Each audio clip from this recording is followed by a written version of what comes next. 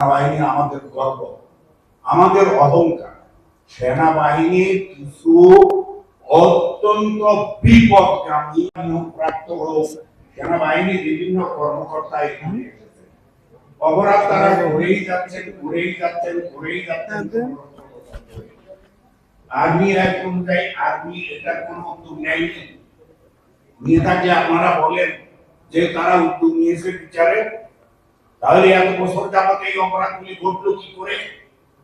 এখন যেই আন্তর্জাতিক অপরাধ ট্রাইব্যুনাল তাদের বিরুদ্ধে গ্রেফতারি পরোয়ানা অর্জন করলো, সেনাবাহিনী কি করলো? তাদেরকে একত্র করলো, করে এক জায়গায় রাখলো, করলো আরেক অপরাধটা কি? এটি হলো যখনই গ্রেফতারি পরোয়ানা তো আগে ইস্যু হয়েছে, আপনি যে তাদেরকে 4-5 দিন ওখানে রেখে দিলেন, আপনি তো 24 ঘন্টার বেশি রাখতে পারবেন না। আপনি তো আইনি যুদ্ধ শুরু করে দিলেন আন্তর্জাতিক অপরাধ ট্রাইব্যুনালের বিরুদ্ধে।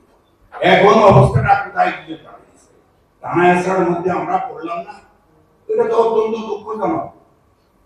সেনাবাহিনী আমাদের গর্ব, আমাদের অহংকার।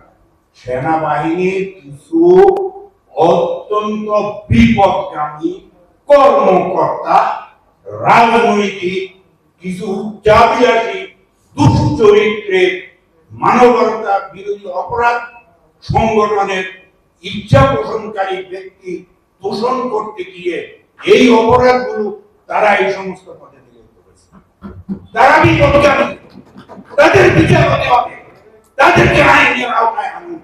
সেনাবাহিনী আপনারা কলঙ্ক মুক্ত থাকুন এবং আইনের শাসন আপনারা কায়েম করুন। ধন্যবাদ।